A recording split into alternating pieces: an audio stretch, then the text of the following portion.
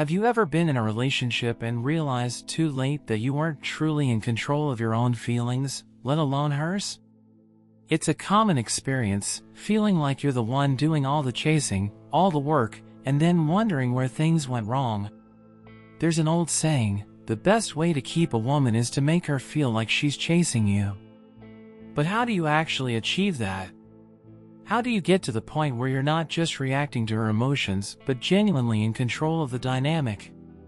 In this video, I'm going to share 5 powerful ways you can dominate her mind, influence her thoughts, and create a relationship that puts you in the driver's seat. Stick around until the end. You'll gain key insights that will transform how you approach your relationships for the better. Number 1. Build genuine self-confidence. It's often said that confidence is magnetic.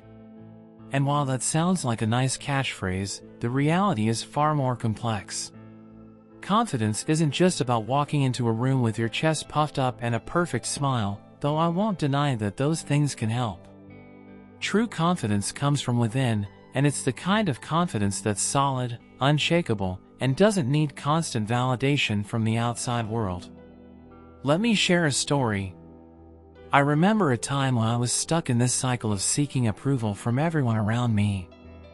I'd worry about how I looked, what people thought of my opinions, or whether I was good enough. It was exhausting. It felt like a never-ending chase, and I was never quite reaching the finish line. Then one day, I stumbled across something that hit me like a ton of bricks.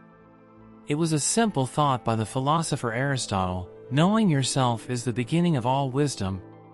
At that moment, I realized that my obsession with external validation was making me weaker, not stronger. And I wasn't truly building confidence, I was just feeding a fragile ego that could crumble with the slightest criticism. That's when I made a shift. I started focusing inward, on my strengths, my flaws, my goals. I took the time to understand who I truly was, not the version of me I thought others wanted to see. And here's the key: when you build confidence in this way, you stop relying on external factors. You stop looking to her for constant reassurance or approval because your worth doesn't hinge on someone else's opinion. It's rooted in your sense of self, your purpose, and the value you bring to the table, not just for her, but for the world. But let's be real, building genuine confidence takes time. It's a journey, not a destination. You can't just wake up one morning and declare, "Today, I am confident," and expect the world to bend to your will.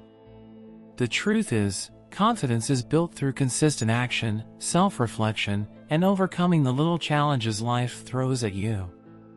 Have you ever had a moment where you were about to do something important, whether it was speaking in front of a crowd, making a big decision, or even just having an honest conversation with someone, and you felt that self-doubt creeping in? I know I have. But I also know that the most confident people aren't the ones who never feel fear. They're the ones who feel the fear, acknowledge it, and take action anyway. They trust that their value isn't defined by the outcome of that situation. They don't let fear paralyze them. Take a moment and think about the things you're most proud of, whether they're small wins or major milestones. There's a pattern there. Every single one of those achievements likely came from a place where you pushed through discomfort, faced fears, or took a leap of faith. That's where real confidence comes from, the willingness to show up for yourself, time and time again. Here's a little exercise I've found helpful. Start a daily practice of affirming your worth. It doesn't have to be anything complex, just something as simple as, "I am worthy of success. I have what it takes. I am enough." Say it to yourself in the mirror every morning. The first time, it might feel silly. But with repetition, it begins to stick. It changes how you see yourself. And the more you see your own worth, the more the world will reflect that back to you. I know this might sound a bit woo-woo, but stick with me. When you genuinely believe in yourself, you naturally start acting with conviction. People can feel that kind of energy. It's not about being perfect or always saying the right thing. It's about being comfortable in your own skin, knowing that you're not out here trying to impress anyone, but simply being your true, unapologetic self. Confidence isn't about dominating her mind, it's about mastering your own. When you do that, everything else starts to fall into place. Number 2, be emotionally unavailable, yet respectful. Alright, let's unpack this one. Be emotionally unavailable, yet respectful. It almost sounds like a paradox, doesn't it? At first glance, it might even feel counterintuitive, like telling someone to be distant, but also deeply considerate at the same time. But let me explain why this can actually be a game changer in how you interact with her and the world around you. Let me start with a little story. I used to be the guy who wore his heart on his sleeve. I would pour all my emotions into relationships, hoping to form deep, lasting connections. But you know what? I often ended up feeling drained, unappreciated, and, worst of all, I started losing myself in the process. I was so available emotionally that I didn't leave any room for myself. And here's the kicker, people could sense that. They could feel the desperation in my energy, even if I didn't outright say it. And then I came across something that clicked. It was a quote from the Stoic philosopher Seneca, who said, "We suffer more often in imagination than in reality." That hit me hard. My emotional availability wasn't just draining me, it was setting me up to suffer from hypothetical scenarios. I was mentally and emotionally invested in things that hadn't even happened yet. And that's when I realized that a shift needed to happen. I needed to find balance. Being emotionally unavailable doesn't mean being cold, detached, or indifferent. It's about setting boundaries, knowing where to draw the line between your needs and someone else's, and not overextending yourself for validation or approval. It's like that old saying, you can't pour from an empty cup. And I was running on empty. So, I started working on the most important relationship I would ever have, the one with myself. Now, don't get me wrong. I'm not saying you should be emotionally unavailable to the point of being dismissive or neglectful. Respect is key. It's about knowing when to be present and when to step back and protect your own energy. In relationships, it's easy to get caught up in the emotional highs, to chase that validation, to constantly check in and seek reassurance. But real respect, and the kind of attraction that lasts, comes from a place of emotional stability. Here's the thing, when you're emotionally unavailable in the right way, you're not putting her on a pedestal. You're not making her feel like the entire world revolves around her. And that's incredibly attractive. People, especially women, can sense when you're too dependent on them for emotional satisfaction. It makes them feel like they're carrying the weight of the relationship, and that pressure isn't something anyone wants to deal with. By being emotionally unavailable, you're setting the tone. You're saying, I have my own life, my own passions, my own goals. You're giving her the space to miss you, to appreciate the moments you share, rather than letting your every action be tied to how she feels in that moment. It's a subtle but powerful dynamic. But here's the tricky part, emotional unavailability should never come at the cost of respect. Just because you're holding back some emotional availability doesn't mean you're being cold or distant in a disrespectful way. You can still be kind, attentive, and genuinely interested in her life and thoughts. You just don't need to make her the focal point of your emotional world. Instead, you make your own journey, your own path, the thing that drives you. Psychologically speaking, people tend to respect those who respect themselves first. And the moment you start putting your needs and well-being first, without being rude or neglectful to others, people take notice. It's magnetic. Respect isn't about playing games or manipulation, it's about balance. You can still be present and thoughtful, but you don't need to be everything to someone else. When you're emotionally unavailable in this way, you're creating a sense of mystery, autonomy, and independence that naturally draws people in. So, what does this all mean in practice? It means being someone who has their own life, their own interests, their own boundaries. It means not getting wrapped up in drama, not feeding into emotional chaos, but being someone who stands firm in who they are. And when you can do that, when you can be both emotionally unavailable yet respectful, you'll start to see how this shift affects your relationships, not just with her, but with everyone around you. In the end, respect doesn't come from being available 24/7. It comes from being grounded, knowing your value, and showing others that you're someone worth respecting. When you master that balance, you'll have far more influence and power than you ever thought possible. Number 3, cultivate mystery and intrigue. So, let's talk about mystery. You know, that elusive quality that makes someone intriguing, the kind of thing that makes people want to know more, but not in an obvious way. It's not about being shady or keeping secrets for the sake of it. It's about maintaining a certain level of depth and complexity that invites curiosity without laying everything out on the table right away. I'll be honest with you, when I first started figuring this out, I thought it was all about playing games. I thought I needed to be distant or aloof to keep people on their toes. But that was me completely misunderstanding the concept. Being mysterious isn't about being unpredictable just for the thrill of it. It's about withholding a part of yourself, letting someone come to their own conclusions, and creating an air of curiosity around who you are. It's about keeping things just a little bit out of reach, like a secret you're almost ready to share, but not quite. I remember this one time when I was getting to know someone.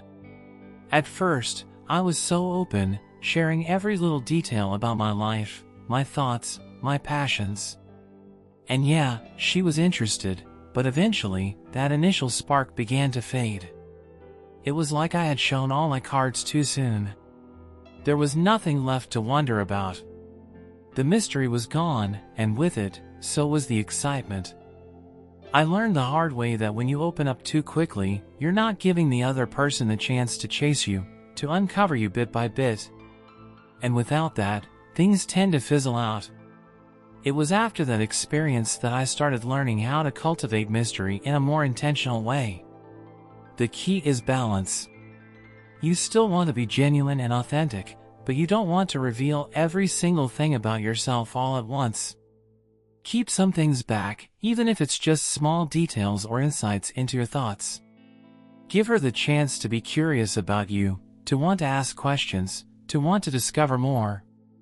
Here's the thing, as humans, we are naturally drawn to things that are unknown.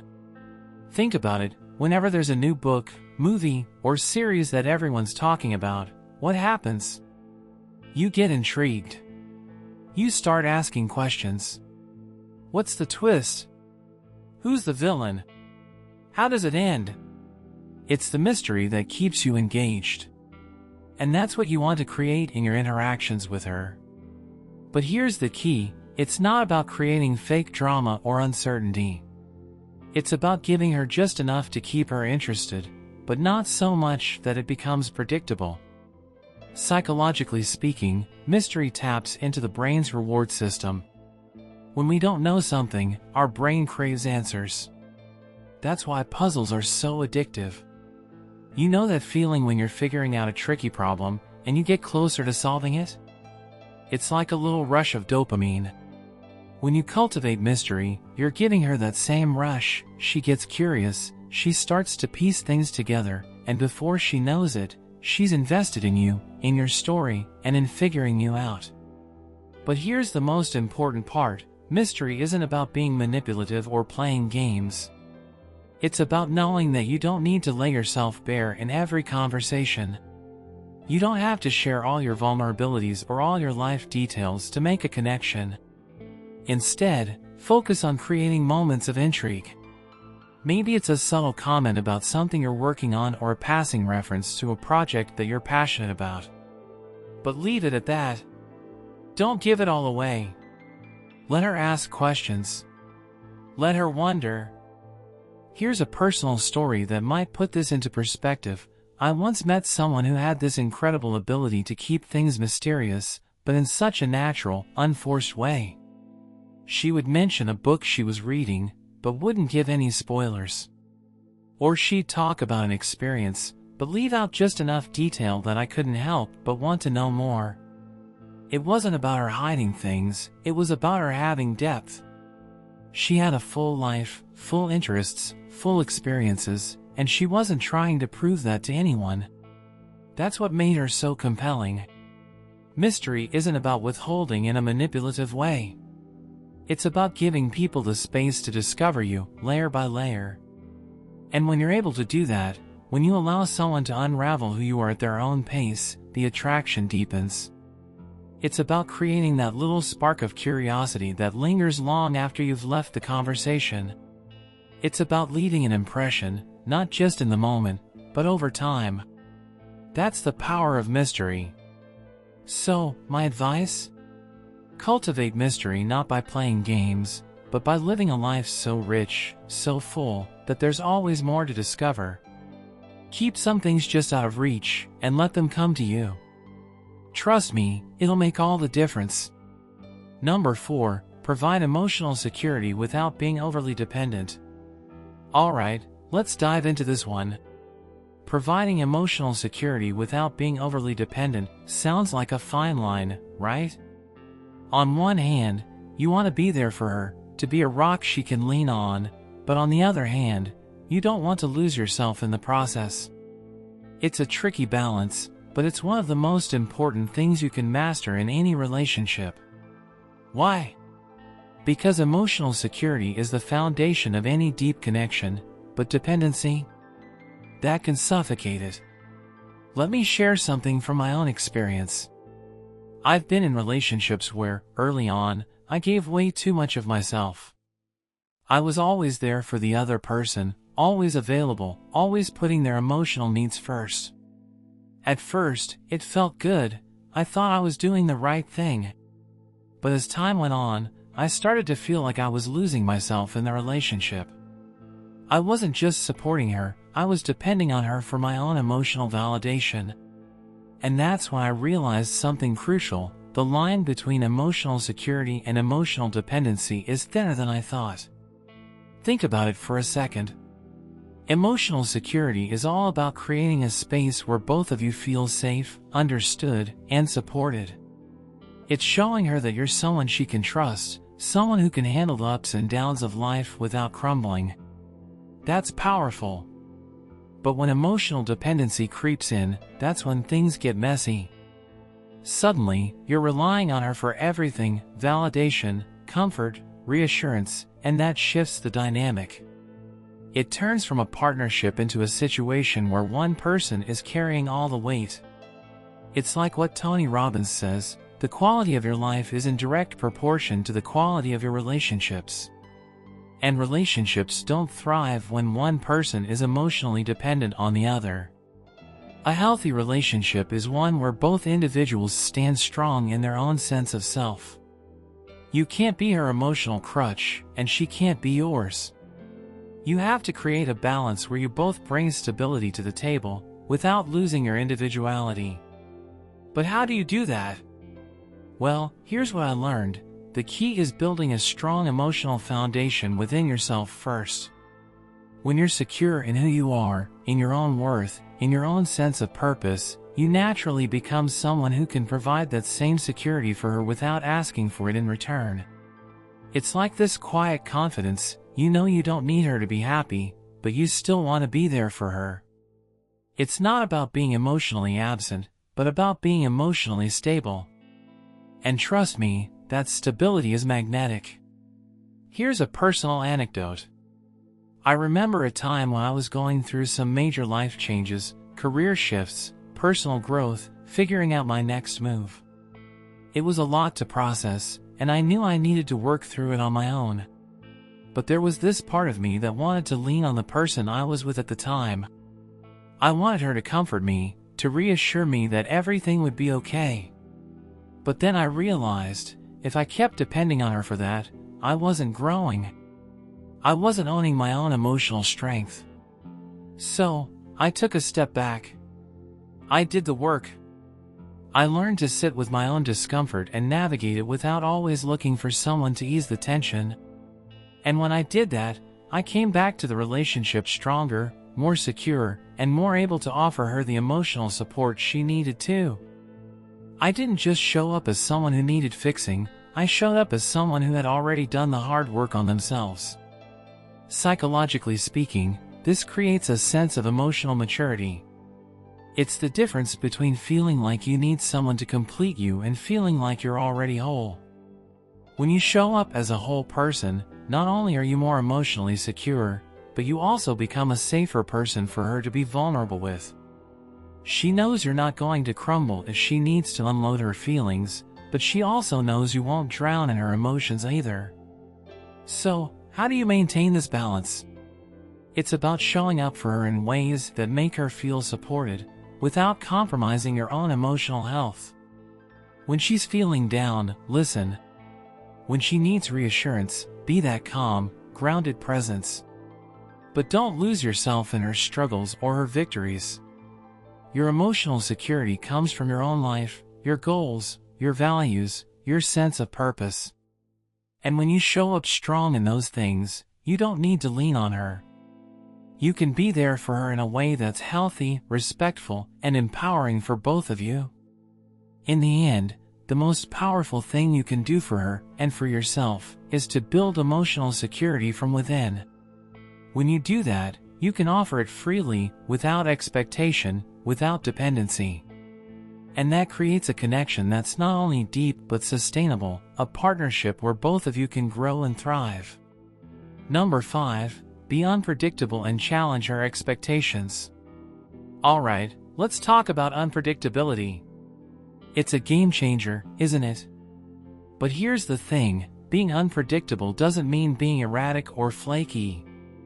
It doesn't mean blowing hot and cold or playing mind games just for the thrill of it. That's not what I'm talking about.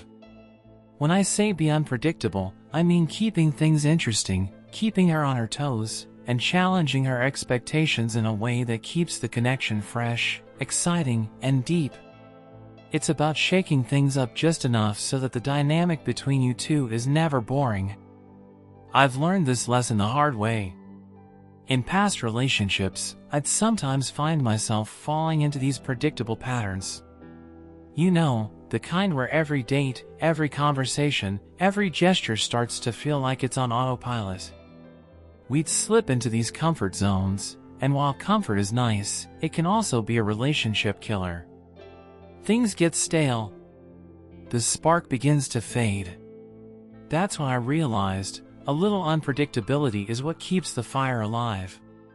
It's like what Albert Einstein once said, the most beautiful thing we can experience is the mysterious. And that's exactly it. When there's an air of mystery, when there's something unpredictable about who you are, it's impossible to resist. People, especially women, are drawn to things they don't fully understand, things they can't easily predict. If you're always doing the same thing, acting in the same way, she'll start to figure you out. And when someone figures you out too much, they stop caring. So, the trick is to always leave a little bit of room for the unknown. Let me give you an example.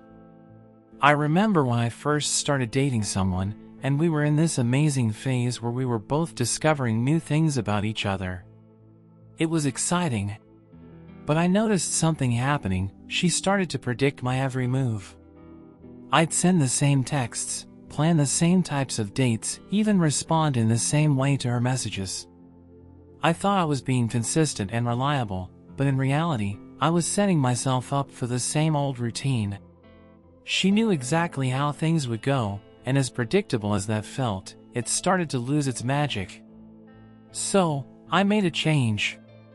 I started to throw in little surprises, nothing huge, but just enough to shake things up. One day, I showed up at her door with tickets to a surprise event. Another time, I just took her to a random part of the city, with no agenda, just to explore. The reactions were priceless, her excitement, her curiosity, that little spark of what's next. It wasn't about grand gestures, it was about showing that I wasn't just the guy she thought I was. I was someone who could keep her on her toes, someone who was spontaneous, someone who could think outside the box. Psychologically speaking, unpredictability triggers something in the brain called the reward system. It's like the brain's way of saying, I want more of this. When we're unsure of what's going to happen next, it creates a sense of anticipation, and that anticipation is powerful. It keeps us engaged, interested, excited. This isn't manipulation, it's about creating a dynamic where things don't feel too predictable, too safe. It's about keeping the connection alive by challenging expectations, without overwhelming or confusing the other person. But here's the trick, unpredictability needs to feel authentic. You can't just start changing everything about who you are to keep her guessing. That's not sustainable. It's about occasionally stepping out of the comfort zone and doing things that break the mold. It's about mixing things up in a way that feels organic, not forced. You want her to feel like she's constantly discovering new layers of who you are, not like you're trying too hard to surprise her. Think about it like this, relationships, at their core, are about two people coming together, learning from each other, and growing. But if you're too predictable, if there's no room for challenge or mystery, growth starts to stall. But when you keep her guessing, when you challenge her expectations, you create space for new experiences, new memories, and new depths of connection. It's this push and pull, this balance of familiarity and surprise, that makes things feel fresh, exciting, and, yes, even a little bit irresistible. So, if you want to dominate her mind in the best way possible, don't just be the guy who always does the same thing. Be the guy who keeps her wondering, who surprises her in the best ways, who challenges her expectations without losing your authentic self. When you do that, you'll have her hooked, not because you're playing games, but because you're keeping things interesting in a way that makes her want more. That's it for today's video on 5 ways to completely dominate her mind. Remember, it's not about manipulation, it's about building respect, trust, and a deep connection. If you found these tips helpful, make sure to like, share, and subscribe for more content that helps you level up in all areas of your life. Drop a comment below with your thoughts or experiences. Until next time, stay focused, stay strong, and keep improving.